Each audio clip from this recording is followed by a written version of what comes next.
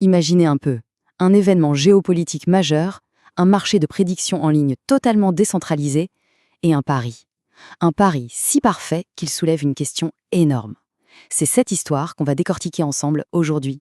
436 759 $. Voilà le profit. Stupéfiant, surtout quand on sait que cette somme a été empochée en quelques jours à peine, pile au moment où des forces spéciales menaient une opération secrète à des milliers de kilomètres de là. Et ce qui rend ce gain encore plus fou, c'est l'investissement de départ, 32 000 $ seulement. Là, on ne parle pas d'un simple bon coup, non, on parle d'un rendement de plus de 1200%. C'est juste colossal. Et tout ça sur un événement qui n'avait, selon le marché, que 7% de chances de se produire. Alors la question qui tue, c'est comment est-ce possible? Comment quelqu'un a-t-il pu être à ce point certain d'un truc aussi improbable pour y miser autant d'argent? Ok, on y va. Retournons au cœur de l'action. On est le 3 janvier 2026. La nouvelle tombe, et c'est un choc. Les forces spéciales américaines viennent de capturer le dirigeant vénézuélien Nicolás Maduro. Mais, au même instant, une autre bombe explose. Sauf que cette fois, c'est dans le monde de la crypto. Pour bien comprendre, il faut savoir ce qu'est Polymarket. Imaginez une sorte de site de paris, mais sur l'actualité mondiale. On n'achète pas des actions d'entreprise, non. On parie sur des événements futurs. Si on a raison, notre action vaut 1 $. Si on a tort, elle vaut 0. C'est simple, c'est direct et surtout c'est complètement décentralisé. Bon, la question c'est comment notre parieur mystère a-t-il utilisé cette plateforme pour un coup pareil? Eh bien, c'est là que la magie ou la malédiction de la blockchain entre en scène.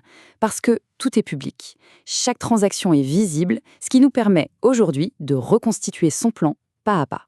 Et cette chronologie, elle est juste accablante. Regardez bien. D'abord, création d'un compte anonyme. Logique. Le lendemain, un tout petit pari de 96 $, comme pour tâter le terrain. Et puis, ça s'accélère. 7 paris de plus en plus gros. Et le bouquet final, le dernier pari, le plus massif, est placé à peine quelques heures avant le raid. Le timing n'est pas juste parfait, c'est suspect, ça défie complètement les lois du hasard. Et attention, cette suspicion, ce n'est pas nous qui l'inventons des mois après, non, non. En temps réel, sur les réseaux sociaux, des gens ont tout de suite tiqué. Ils ont vu le truc et ils ont crié au loup, comme le montre ce tweet. Le doute n'a pas mis longtemps à s'installer. Ce graphique, il résume tout.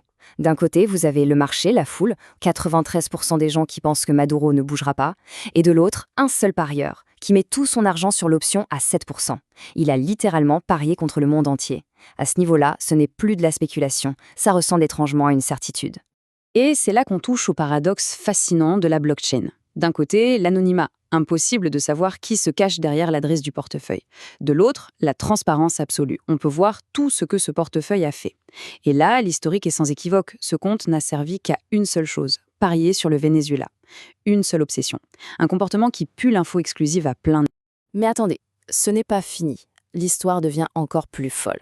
Parce qu'en fait, ce n'est pas la première fois que ça arrive. Quand on commence à gratter un peu, on découvre un schéma qui rend toute cette affaire encore plus troublante. Regardez ça. Quelques mois plus tôt, le prix Nobel de la paix. Une opposante vénézuélienne, Maria Corina Machado, est donnée à moins de 4% de chance. Et puis, juste avant l'annonce, bam, ses chances grimpent à 73%. Et devinez quoi? Elle gagne. C'est exactement le même scénario. Ça commence à ressembler sérieusement à un système de fuite d'informations bien rodé, non? Forcément, une histoire pareille ne pouvait pas rester cantonnée à la sphère crypto.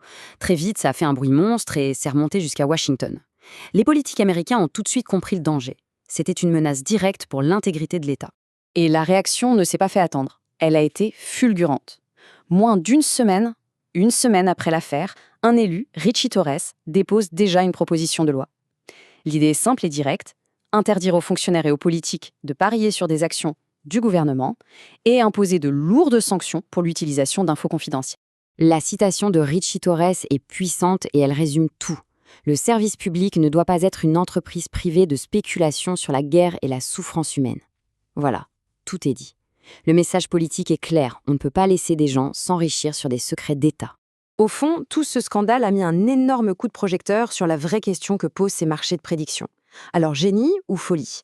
Sont-ils des outils incroyables pour révéler la vérité ou une dérive éthique super dangereuse? Il y a vraiment deux camps qui s'affrontent. D'un côté, les pros. Pour eux, ces plateformes sont des oracles, des thermomètres hyper précis qui captent l'info qui circule déjà et qui nous montrent la vérité. Et de l'autre, les anti. Pour eux, c'est une ligne rouge qui a été franchie. Ils parlent de marché du sang, un casino où on parie sur la guerre, la mort, bref, où la géopolitique devient un jeu d'argent. Au final, ce pari à plus de 400 000 $, c'est beaucoup plus qu'un simple scandale financier. C'est un véritable tournant, un avant et un après dans les relations entre les États et cet univers de la finance décentralisée. Le grand enseignement de toute cette histoire, c'est ça. La DeFi, la crypto, ce n'est plus un monde de geeks dans leur coin. C'est devenu un acteur central sur la scène mondiale. Un acteur capable de refléter et peut-être même d'influencer des événements géopolitiques majeurs. Ce pari a été la preuve ultime que des secrets d'État peuvent fuiter et être transformés en cash sur la blockchain. Et ça nous laisse sur une question finale, une question un peu vertigineuse. Si les gouvernements sont incapables d'empêcher ces fuites, est-ce que ces plateformes ne deviennent pas, de fait, une nouvelle source de renseignement? Une source à ciel ouvert que les services secrets devraient eux-mêmes se mettre à surveiller. Le jeu du chat et de la souris, il ne fait probablement que commencer.